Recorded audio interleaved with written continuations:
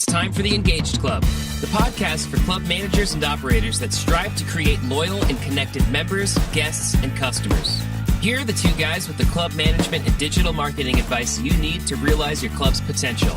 Jim Hope and Roger Kincaid. This podcast, The Engaged Club, is supported by the Canadian Society of Club Managers. Thank you very much. How you doing? It's me. I'm Roger Kincaid. I'm the marketing guy from Off Course Golf, and you can see us online at offcourse.golf. And I'm Jim Hope, and I'm the GM of the Derrick Golf and Winter Club. Hello, Mr. Roger Kincaid. Mr. Jim Hope, this podcast is called The Engaged Club, and it has been from day one, because the most important critical concept that we'd like to visit time and time again on this particular podcast is engagement, not just of your members, but your employees as well, right? Yeah, you bet. If you don't have engaged employees, you're not going to have engaged members, or you're going to have dissatisfied members if you don't have engaged employees. So we want to talk a little bit about that today. Yeah, bring it on. It was interesting because I discovered that some good friends owned a restaurant in Kelowna had just shut down. And the reason they shut down was they couldn't get staff. They sold their building, and I think there's a brewery that's going in called B&A. I don't know who they are, but it's a brewery in Kelowna. And one of the reasons was they couldn't find any people. And I guess elsewhere other than Alberta, which we all know sort of what's happened to the oil and gas industry, where there's lots of people looking for work. Other areas in our country, and I think certainly in the United States, there's an employee shortage that's going on. So if you're short employees or finding it difficult to get any, when you get them, assuming you've done a good job in the hiring process and you've got people that fit the culture of your organization and sort of believe in what you do, I think it's then really important that you engage with them and make sure that they're happy and that they want to stay with you. So I'd like to spend a few minutes, if we could, just talking about what that employee engagement looks like, and maybe some tips to leave everybody with on making sure that they're actively engaging with their folks and doing everything they can to make sure that they stay with them. What do you think? Is that a good idea for today? Man, it sounds like a fantastic idea. And I think there's a lot of perked ears right now, so go for it. Yeah, thank you. I think there's some things. Employee engagement to me talks about making sure that you've got clarity of job so that when someone starts with you, they know exactly what their expectations are, your expectations are of them.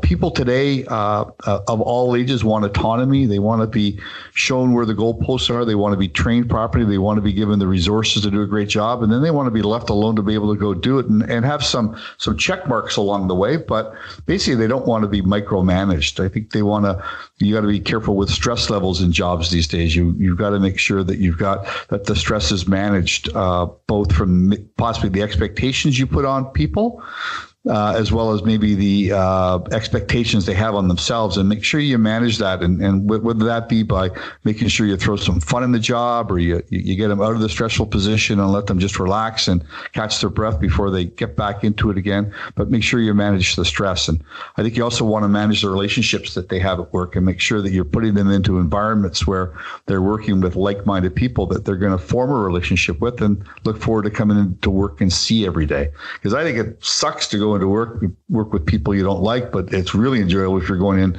to work with people that you do like. You want to make sure you provide people with growth.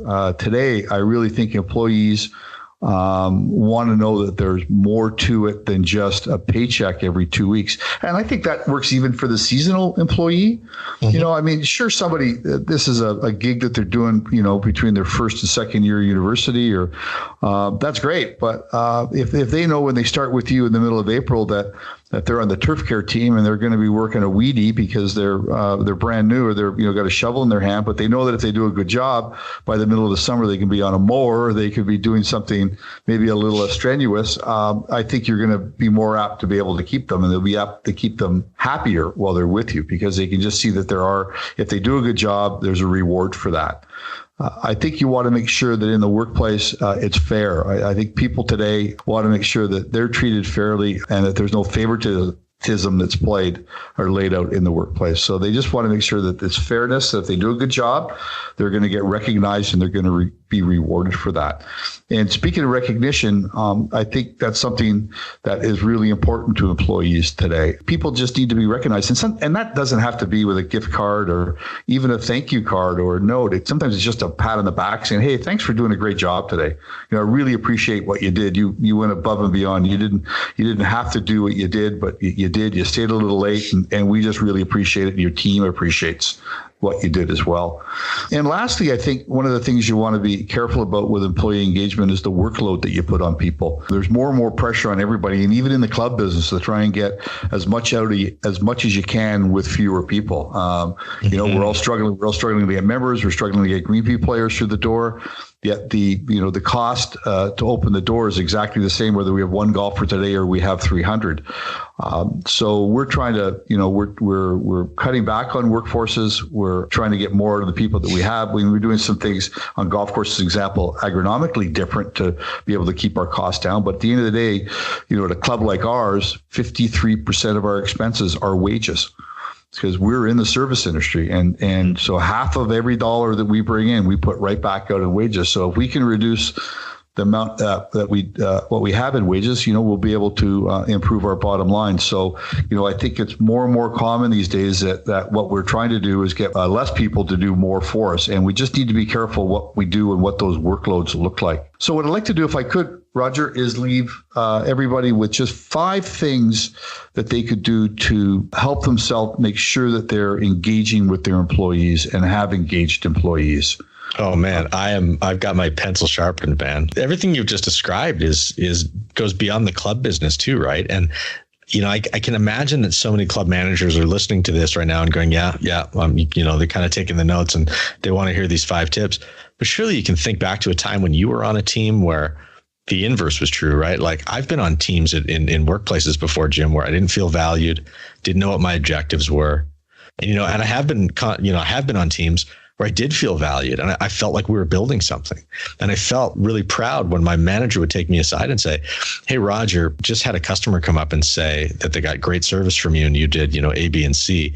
And I just want you to know that really makes me feel proud of the team here when I hear great stuff about, you doing that." So yeah, man, this is really landing hard with me and with a lot of people. So give me 5 tips. I will, but back to what you just said. So when your boss came up and said that to you, did that make you want to start doing a better job? Did that make you want to go home and say, "Hey, I killed it today. I'm done. I don't ever need to do that again"? You want to go and say, "Geez, I want to do that again," right? Because that made me feel really good. Yeah, 100%, Jim. I mean, look, it was a dopamine hit, absolutely. But on top of that, it really colored for me what great service looks like. Yep. Or what great work looks like. And so instead of it just being a pat on the back, "Hey, Jim, great job there today," to say, "Hey, Jim, I saw the way that you opened the car door for that lady and helped her get in." And, that's exactly the kind of thing that really sets us apart from our competitors. And I just want to thank you for doing that. That made me really proud to have you working here. Yeah. And that's a compliment. You bet, because they were specific about what you did, right? Yeah. So you knew that they actually saw you do something that was special as opposed to just giving you something generic. And I think at the end of the day, engagement is about just helping people, caring about them, and developing them. It really is those 3 things. But, to that, I think that if you can, ask their opinions, if you've got people working for you, no matter what job they are doing at your club, no matter how old they are, no matter what level of responsibility they have, ask their opinions about what they do. Mm-hmm. Ask their opinions about things that are happening in their area. And geez, you might just be surprised that they have an opinion, and it might allow you and your team to be able to do something a little bit better. But even if you don't do it, the fact that you asked, and you'd asked genuinely, and you were authentic about it, and they know that if it was a good idea, you might do something about it. The fact that just the ask is going to show them a lot about the fact that you care about them. It goes back to that caring. And if you show a genuine interest in them, we talk a lot about trying to find out what people's passions are so that you can spend some time talking to them about that. And if someone's a fly fisherman at your club and you find out that they are, and you find out they went fly fishing, you spend 5 minutes talking about the river and what the water was running like and what did they catch and what flies did they use and do they tie their own flies, you're going to have an employee that realizes that you care about them because you're showing genuine interest in stuff that's important to them. Mm-hmm. To the story you just told, acknowledge their contributions. When somebody does something that supports the culture and supports the values that you have at your club, just acknowledge those contributions. contributions. And you can do that in a variety of different ways. Use your imagination. It's as easy as a specific thank you, like you got in that case. If you want to make it a little bit bigger and a little bit better, you can add a thank you card to that. And if you want to even take it to a next step, you can add a small gift to it that's personal to them, that they would recognize that you're doing that's unique to them because you know something about them. I think number 4, I think people want to be respected, and they want to know that you trust them. And you think about it at the end of the day, I get it if you're in a tough work environment. Sometimes you're just looking for a warm body who's going to show up and open the door and pour a cup of coffee for somebody, right? I get that. I mean, I'm a realist about that. But, at the end of the day, if you don't have people that you can respect or you could trust, you really want them working for you. Right. Because they're working, they're having these moments of truth probably 1,000 times a day in an 8-hour shift with your most important person, which is it's your team, but also the member of the club. And you want to have people that you can respect and trust are gonna treat those people with the dignity and the respect that they need to have in order to be able to come back as a regular customer. And last, and I think something we forget about, but I think the ones that do it well are successful, is they make the workplace fun and rewarding. Let's be clear what we do. We're not curing cancer at a club.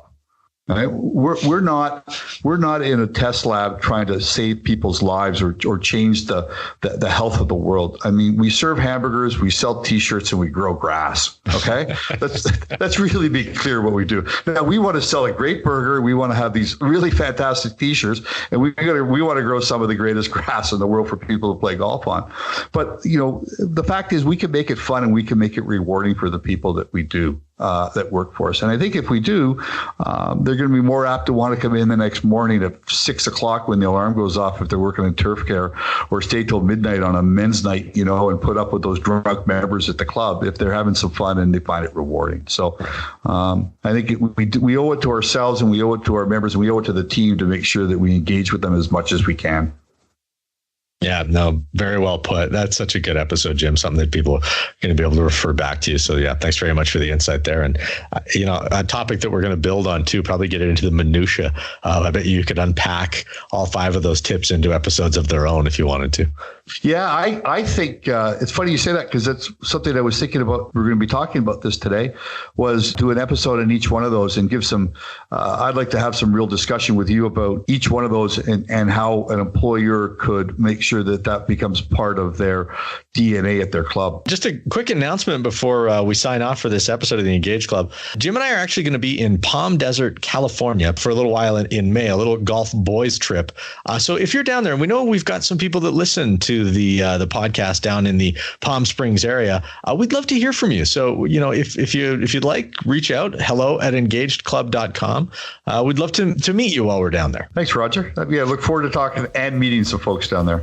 All right. Now take care. We'll catch you on the next episode. In the meantime, thanks for listening. This has been the Engaged Club podcast with Jim Hope and Roger Kincaid. Don't forget to subscribe, rate, and review this podcast. If you like what you heard, share it with your fellow club managers and operators. Until next time, thanks for listening.